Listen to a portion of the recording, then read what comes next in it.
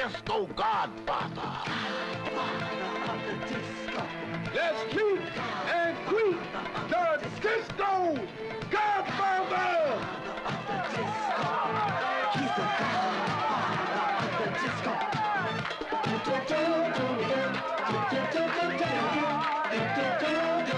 All right. Put your weight on it. Put your weight on it. All right, everybody out there, you got your mind on the one and your ass on the loose. Come on, get funky in here. Shoot the juice to the booth. From the north to the south, from coast to coast, the Godfather here is gonna give you the most. All right. Put your weight on it. I'm the Godfather, and my name is Tucker. Everybody knows that I'm a bad mother.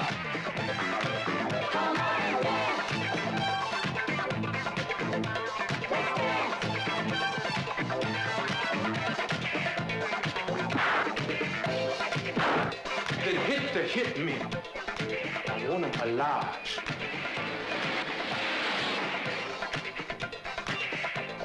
Disco Godfather.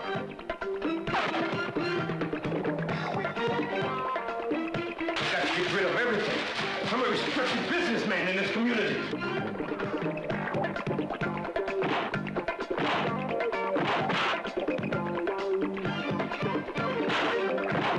Talk! Who sent you?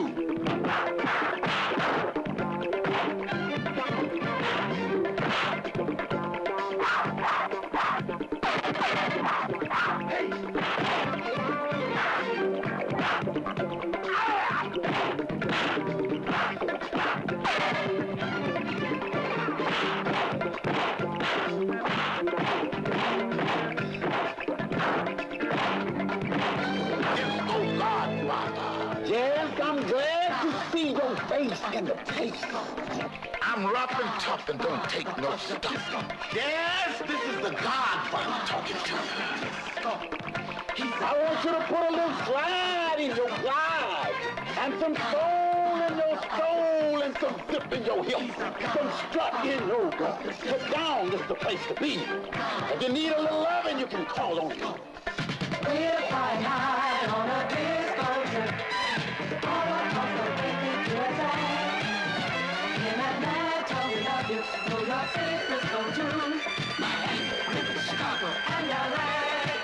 Come on and dance. Let's dance. Come on and dance. If you crave satisfaction, this is a place to find that action. Coming to this theater as its next attraction is the picture that will put you in traction. Disco Godfather, starring me, Rudy Ray Moore. Disco Godfather. Come on and dance.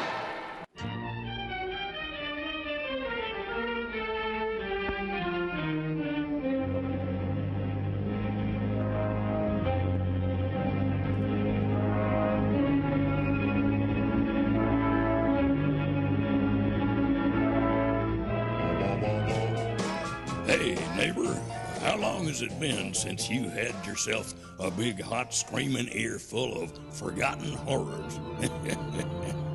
Well, that's too long.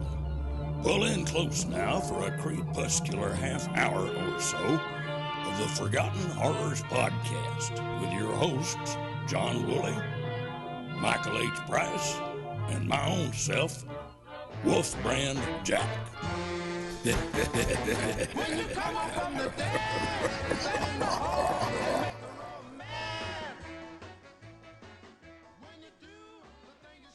And thank you very much, Wolf Brand Jack, and my co-conspirator for this podcast, Michael H. Price. We've got Joey Hambrick at the controls, our producer. And we thought we'd talk this time about Rudy Ray Moore film. Matter of fact, the last of the 4 narrative films that he made, the Dolomite films, and then Petey Wheatstraw, and then he made this one, Disco Godfather, sometimes known as Avenging Disco Godfather. And that was the last one, except for Rude, his concert film in '82, that really starred him. I mean, he showed up as his Dolomite character in music videos and things. But this was kind of the last one, and it's a real departure. We're talking about, again, Disco Godfather from 1979 with Rudy Ray Moore. And one of the reasons we kind of took this tack is because of the new at the time we're doing this, the new Eddie Murphy picture in which he plays Rudy Ray Moore. Yeah, Dolomite Is My Name. Dolomite Is My Name for Netflix. And have you seen that, Michael? No, I have not had the chance to see it. I'm kind of holding out for the big screen, but the chances are slim. Right. Well, Joey and I have seen it, and one of the great things about it is the whole stuff about the Dunbar Hotel, which I didn't know about. I loved Rudy Ray Moore's pictures, but I didn't know about the Dunbar Hotel and how they'd gone in and refurbished it and made it their headquarters to make what amounted to the 4 films. And so there's a lot of that in there.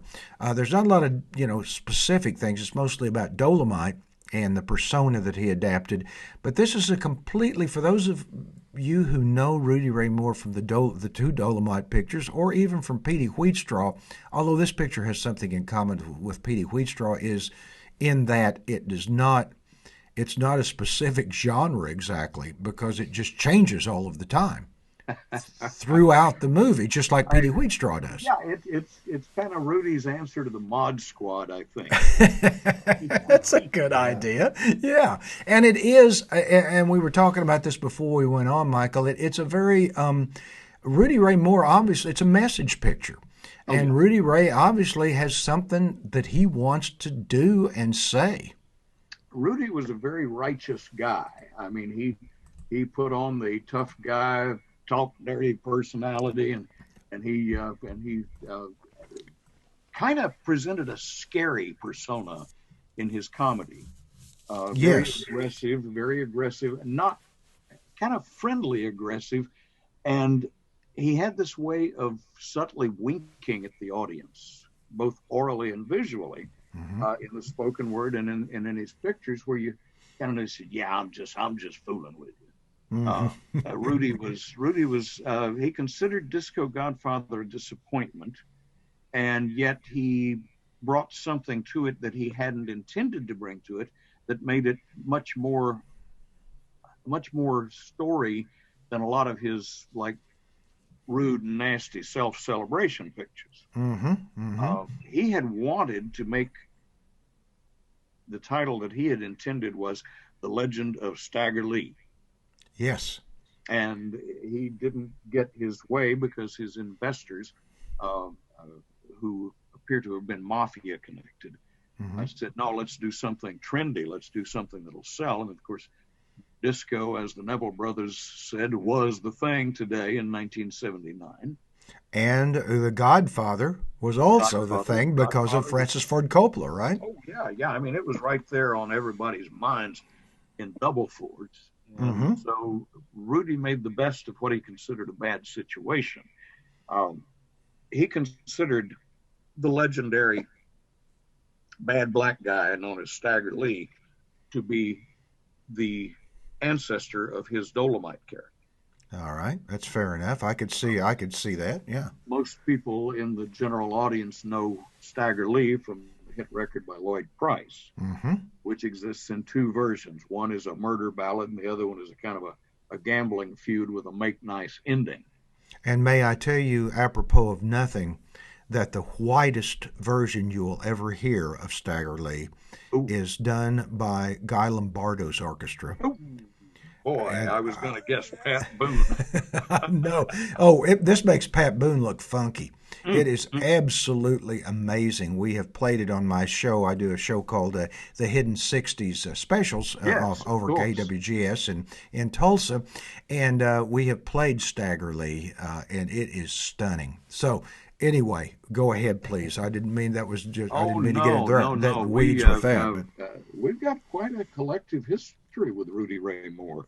Tom Ranone, the art dealer and filmmaker in Texas, and I had among our early mutual discoveries when we first started working together in the '80s was that whatever happened to Rudy Ray Moore? Do you still got his record? Yeah, I still got his records. You know, we get into these pseudo intellectual discourses about how he was easily the equivalent of Lenny Bruce. Yes, Kind of an, I think maybe an unwitting or inadvertent champion of the First Amendment, free speech, and all that.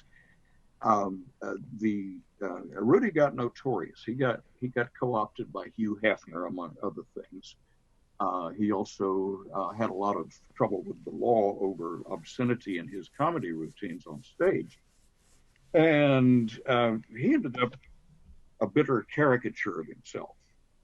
Rudy addressed almost strictly a black audience, although there were a bunch of us white folks that picked up on his stuff right away. Mm-hmm. He was spontaneous. He was funny. He never stopped being funny. He didn't have the legal hassles, partly because of the racist law enforcement system that kind of ignores the black community except when there's trouble. Mm-hmm. Mm-hmm. And Rudy was a very, very dedicated. You know, I mean, he was a comedian for all types. He had a G-rated church comedy routine that was just as funny as all get out. He could tone it down, or as he told Christina, my wife, and I, backstage at one of his comeback engagements. He asked her if she'd found anything at all offensive in his first set, and she said, "Why, no, of course not. It's perfectly entertaining." She said, "Well," Rudy says, "Well, now, Ms. Lady, if anything in my routine should offend you in any way, I want you to tell me so I can come back and make it twice as nasty." He was a sweetheart. He was very professorial when he was out of character. Now, this is about what time period that you book him down in Texas? In the '80s, middle '80s, we discovered the mutual interest, and by the late or the waning '80s, talk and don't get it. Well, let's find that guy, because he had more or less vanished after Disco Godfather. Mm-hmm. Well, Rude came out in '82, but that really didn't make much of a splash, did it? That was not really much of a release, and Rude got a very sporadic distribution. It finally, what kicked it up into a higher visibility was the reissue that was inspired by Eddie Murphy's concert film Raw. Mm-hmm. And Rudy says, "Well, you think that's something? Wait till you see mine." And of course, but Tom and I found Rudy living in retirement and seclusion in Los Angeles. Got a telephone number, called up. He answered his own phone. No network of protectors. And once he had, we were coming straight out of left field. He didn't know what to make of this, of course. And once we had established our bona fides and asked him if he was amenable, he said, "Well, yeah, I got to be in Texas so coming up pretty soon to do my G-rated comedy routine for my mother's church," which is like, yeah, that's great. And he said, well, how about some of the real nightclub scene? And he says, "You show me a nightclub and I'll be there." And so we booked him into into an authentic blues club in Dallas called Blues Alley, and into a very white bread college kids hang out in Fort Worth called the Hop, short for House of Pizza. Mm. And I had the newspaper connections going. We made the arrangements, got him flown in, and he showed up at the Hop that first night in Texas, and walks in, grandfatherly looking fellow, white hair, carrying a walking stick, and looks around, steps to what passed for a backstage area, threw his stick in the corner, put on his afro wig, and suddenly became Dolomite. Wow. It was great. He was great. I mean, it was like watching John Carradine inflate himself for a movie take. Like we've talked about in Revenge, that I actually was on set and saw him Right. do. Yeah, and I saw him do the same thing when he was shooting that little cameo in Peggy Sue Got Married. Right, right. To watch the, you know, Rudy was not certain that this was the place to be or the occasion to be there, but he looked around, and one of the things that reassured him was he saw a bunch of his old time black fans sitting in the crowd. Now this is at the Hop? The Hop, and that was the first time I'd ever seen more than one black individual at any one time in the Hop. And I mean, they were dressed up like for a night at the Guys and Dolls Club in 1975. And Rudy starts his routine before he goes on stage. He's Rick, I know you, and then he starts making with the friendly insults, many of which shouldn't be repeated here. Right. But and the audience just ate it up because they were used to his preemptive heckling. Now they have a crowd. They must have had kids that didn't know anything about Rudy Ray Moore. College kids, but they had read about it in the paper. Ah. And they kind of knew what to expect. And of course, Texas has always been a big soul music, R&B, what have you, state. Sure, yeah. Mm-hmm. And so it was a lovely integrated audience. We had Tom's brother Pete Renoni playing drums behind Rudy. No band, just a very emphatic drummer. Pete's still in the drumming business. He works with Junior Brown now. Oh yeah. And so it was, you know, and Pete was there to do the rim shots and the fills and the bada bings, and he and Rudy they just tore the place up. It was quite amazing. And so you maintained contact with him until he passed? Yes, we did. Mm-hmm. We stayed in touch. No sooner had he gotten that renewed shot of confidence than he started appearing on network television, small market network television, like the Arsenio Hall show. And I believe it was Arsenio Hall who dubbed him the Godfather of rap, which is kind of a shallow designation, a narrow, confining designation. But it was true, because not too many years before the comeback that Tom Renoni and I engineered, Rudy had been paid homage to by Two Live Crew, one of their proto rap records. Right. And then the interest starts building, and Big Daddy Kane had Rudy guest on one of his albums. They had a battle of insults in rhyme. Lovely stuff, you know, and it all stemmed from his reluctant retirement after Disco Godfather, leading up to the whatever became of, if you remember that series. Sure. And then the tentative return that all of a sudden turns into a full-blown comeback. And the next thing you know, Rudy's talking about making some new movies. And he resurfaced more as an actor. Yes, that's what I understand. Yeah. In videos as well as films, mostly. And I believe some video games. Oh, really? Oh, yeah. Wow. I've never followed that field too closely, but you know, I mean, he was acting in low budget exploitation films, you know, goofy comedies, what have you, as late as 2009. Now that's great.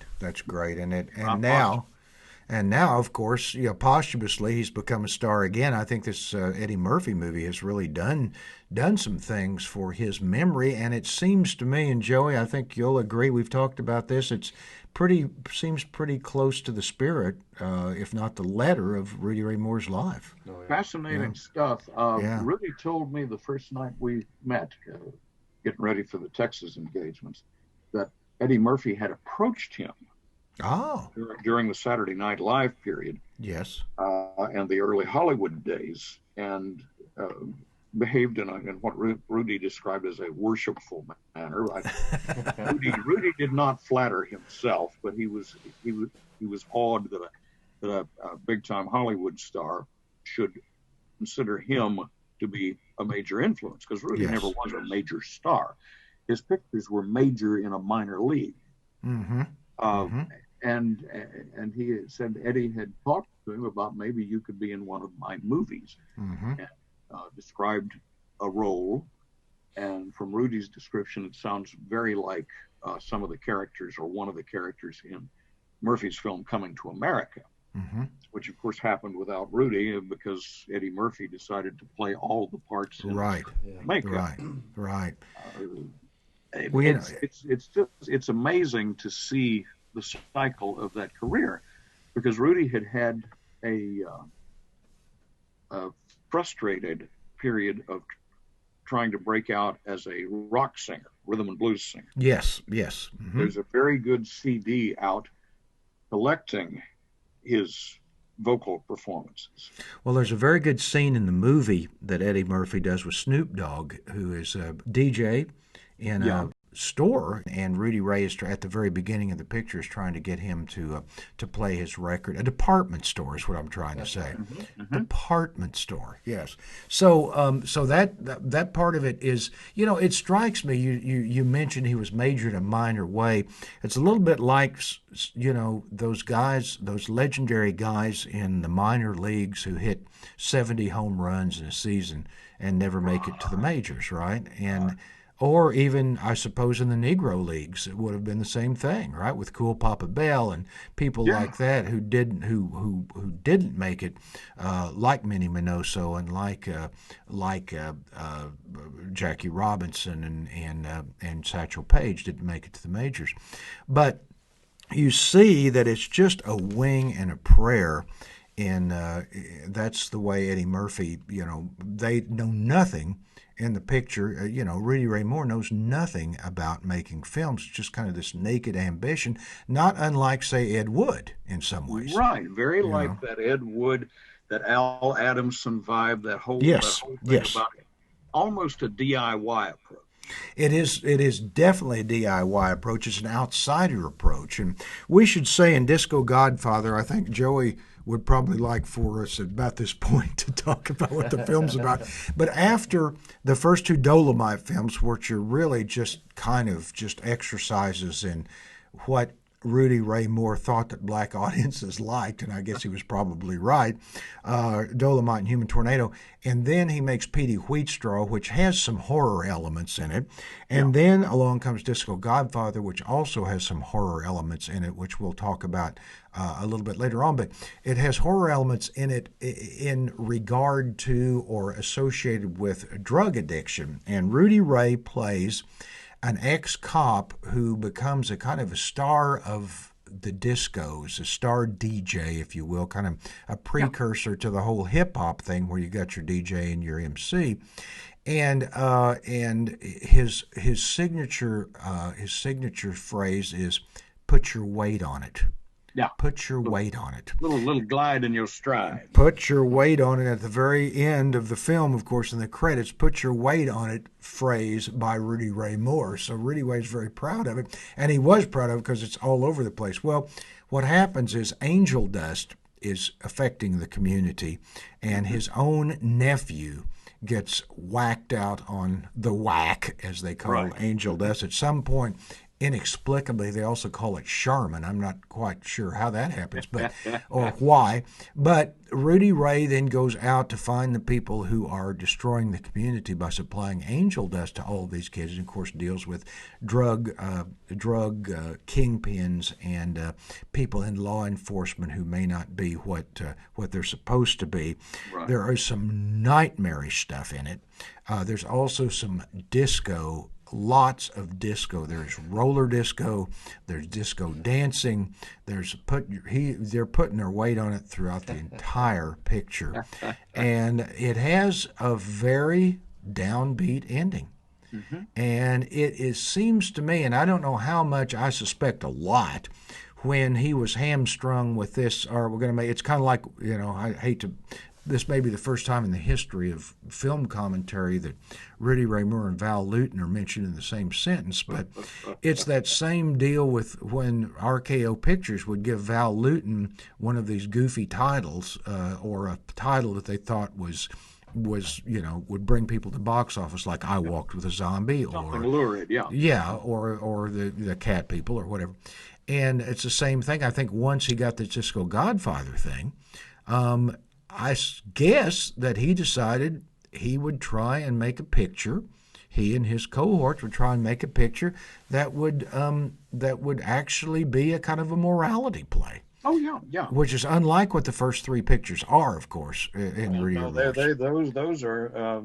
Rudy was never immoral, but he was often amoral. He was often amoral, and Dolomite is a very amoral character. But the Disco Godfather is not an amoral character at all. Yeah, he's closer to Rudy's actual indignant, friendly personality. Is he? Good. Oh yeah. Yeah, good. I'm glad to know that. I think Rudy found himself in a situation that was contrary to his original wishes. I have no doubt with what the Legend of Stagger Lee, if it had been made, would have been more of a Dolomite type picture. Oh, it had to have been. Well, of course, then again, Petey Wheatstraw sort of pulls from that same sort of mythology, right? As Stagger Lee does. Petey Wheatstraw is Dolomite's Paradise Lost. Wow. Well, I was worried about mentioning Val Lewton and Rudy Ray in the same. Now you're talking about Milton and Rudy Ray now. Yeah, exactly. You know that famous blues singer, Blind John Milton. That's right. Well, I do want to call attention to a couple of people behind the scenes in this, and one is our friend, and I know that you knew him as well, Robert Burns from Texas Chainsaw Massacre. Oh yes. What a wonderful guy he had to be, yes. He was a terrific guy. I got to know him a little bit. As a matter of fact, one time when he was coming back from somewhere, I'd done a couple of stories on him for Fangoria when I was working for Fangoria and also for the Tulsa World.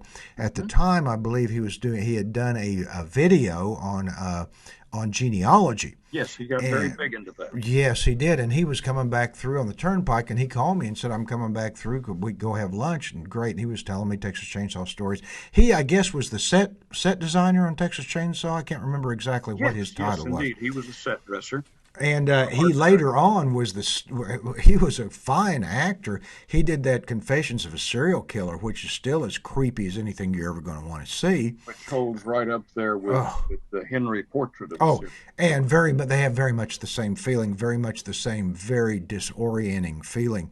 And he was I really liked him. We did that Fangoria convention we did down in Plano, Texas. You and I did that together with Tony Timpone and the guys. You bet. And Bob was down there. Robert was down there as well, and signing his Confessions of a Serial Killer posters and stuff. And I always wanted to do a book on Texas Chainsaw Massacre, and I always thought that Bob would be such a good reference. And of course, he took his own life after being diagnosed with terminal cancer. About 10 years ago now, right? Loss. Yeah, it was horrible loss. Never was a brighter light in the art direction or filmmaking in general. No, you're right. And in Disco Godfather, he's art director, and he also does special effects. And I'm telling you, the horror special effects come with the angel dust hallucinations.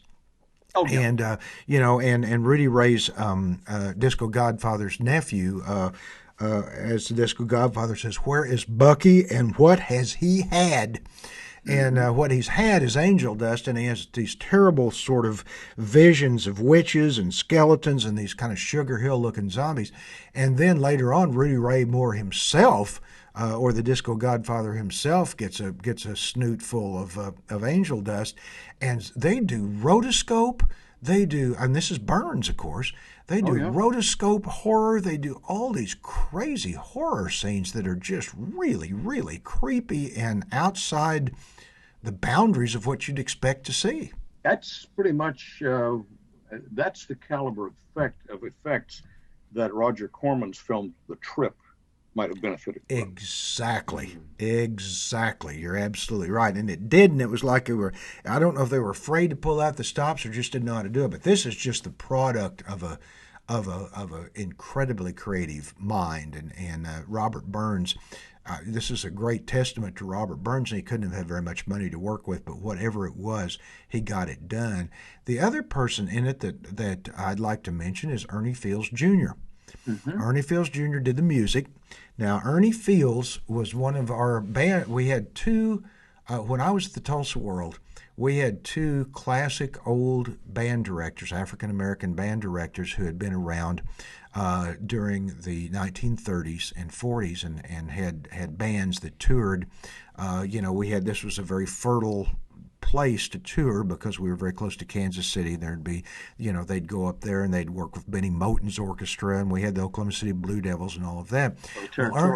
The territorial bands, but Ernie Fields was a territorial band, and his son in the 1960s brought him, this is Ernie Fields Jr., brought him out to L.A., and put some studio musicians together, because that's what Ernie Fields was a studio musician and really knew the L.A. scene, and still does. He's still around and knew the L.A. scene very well. Put together some studio musicians, and Ernie Fields, his dad, had a top 10 hit in 1961 with In the Mood, with a version of In the Mood, and that was the Ernie Fields Orchestra. Well, this is Ernie Fields Jr.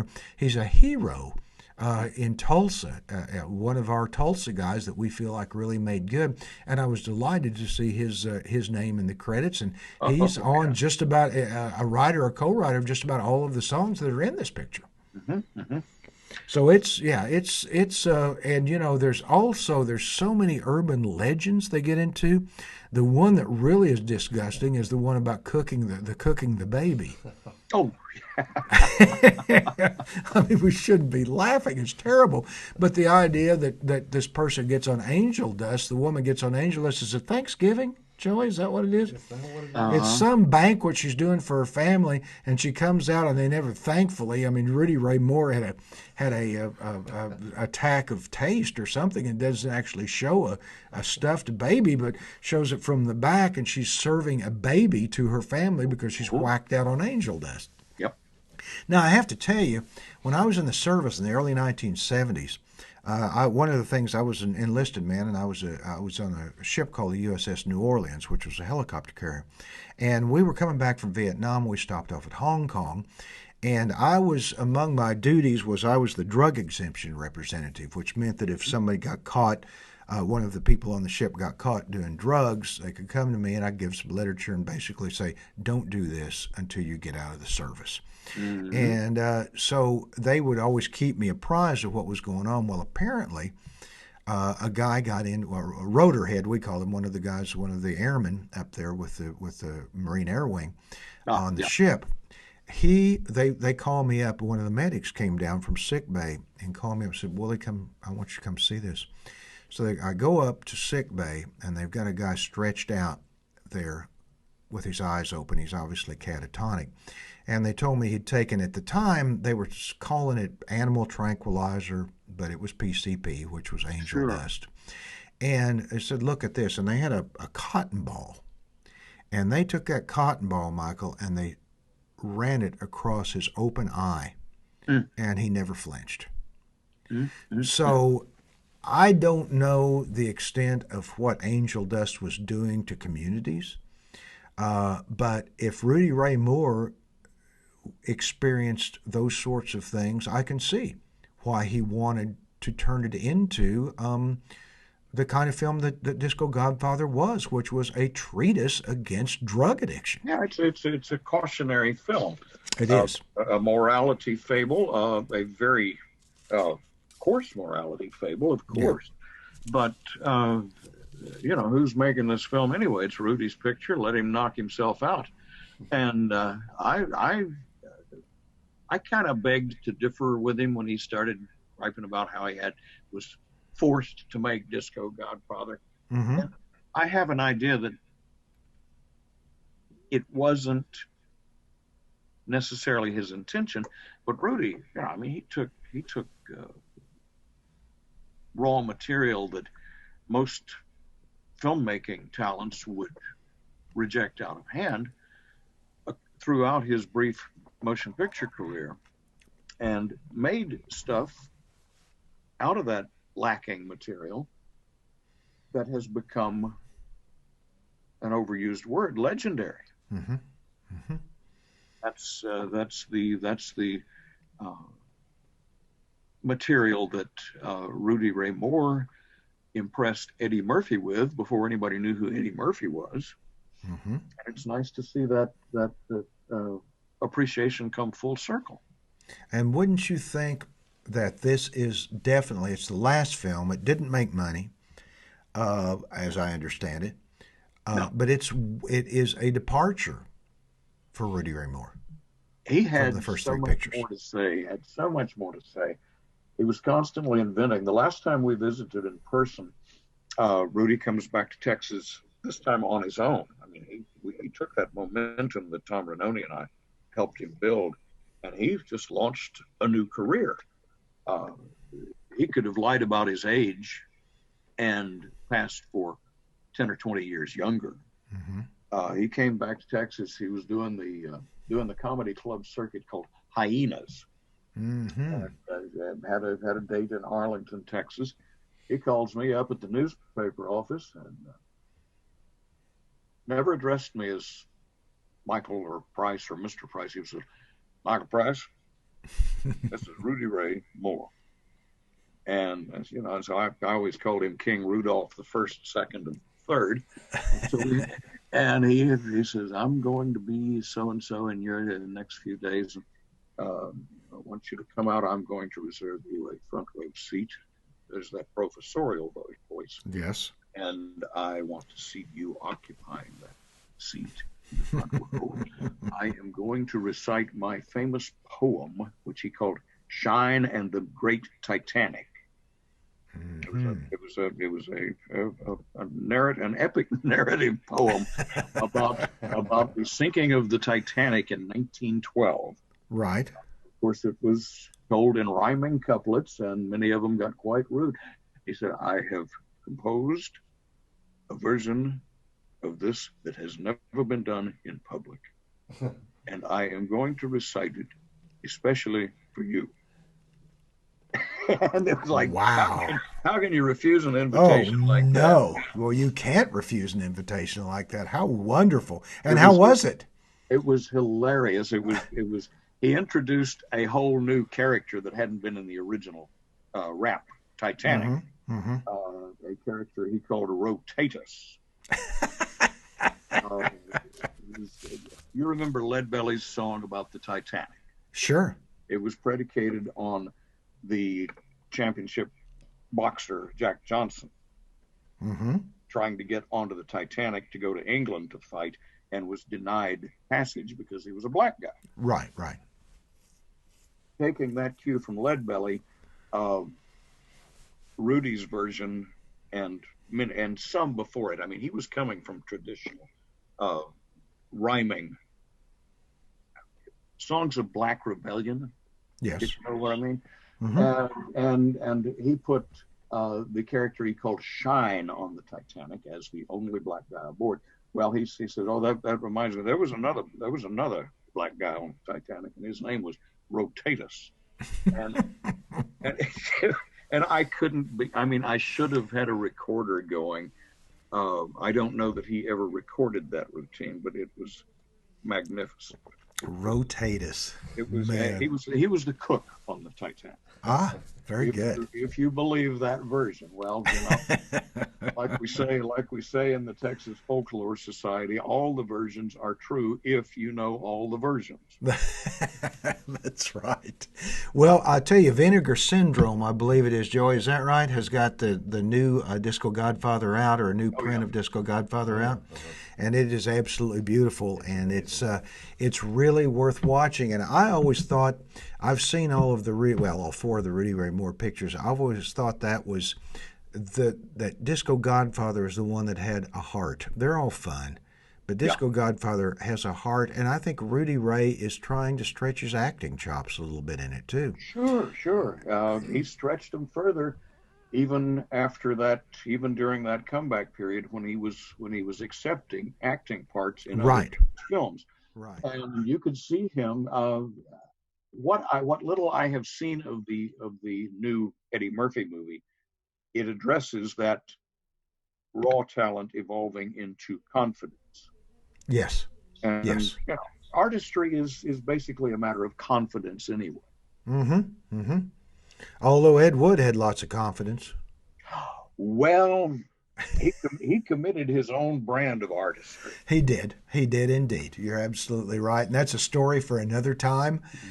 We would like to mention that if you want to go online and look at either go on Amazon.com and look at Michael Price or me, John Woolley, and just we're doing this around the holiday season, and we would love for you to consider buying a book or two of ours. For they make dandy Christmas gifts for the person on your list who may be a little hard to buy for. And I've got a couple of horror novels out now that are getting really good reviews. We've got Satan's Swine, and is the second one in the series, in our cleansing series, the first one being Seventh Sense, Michael, which you have helped us so much with flap copy on. We appreciate that.